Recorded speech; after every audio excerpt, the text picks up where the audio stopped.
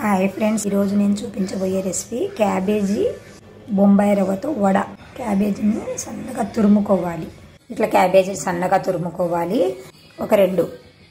నేను ఇద్దరికి సరిపడా చేస్తున్నాను. రెండు పెద్ద స్పూన్లతో వేసుకున్నాను రవ్వ.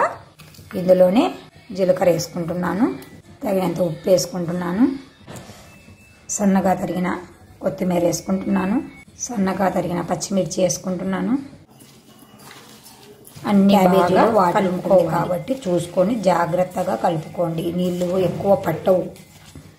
నాకు తెలిసి ఈ తడే సరిపోతుంది. ఒకవేళ సరిపోకపోతే కొంచెం వాటర్ వేసుకోవాలి, ఎక్కువ వేసుకోకూడదు. ఇలా కలుపుకున్నాక కొంచెం ఒక పెద్ద స్పూన్ గోధుమ పిండి, ఒక పెద్ద స్పూన్ కార్న్ఫ్లోర్ వేసుకొని దీన్ని కూడా బాగా కలుపుకోవాలి. చూడండి, నీళ్లు వేయకుండానే ముద్ద అయ్యింది. మీరు కూడా ఇలాగే నీళ్ళు వేయకుండా కలుపుకోండి. ఇలా కలిపి పెట్టుకున్న దాన్ని ఇలా ముద్ద చేసుకొని వడలాగా ఒత్తుకొని కాగుతున్న నూనె పొయ్యి మీద పెట్టుకొని వేడి చేసి పెట్టుకున్నాను. బాండి పెట్టుకొని ఇలా వేసుకోవాలి.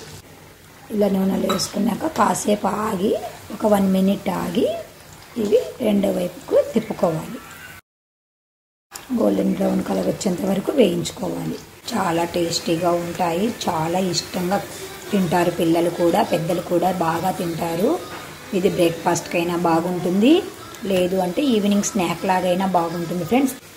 ఇలా రెండు వైపులు కాలాక తీసి సర్వ్ చేసుకోవడమే ఫ్రెండ్స్. చాలా చాలా టేస్టీగా ఉంటాయి ఫ్రెండ్స్, చాలా బాగుంటాయి.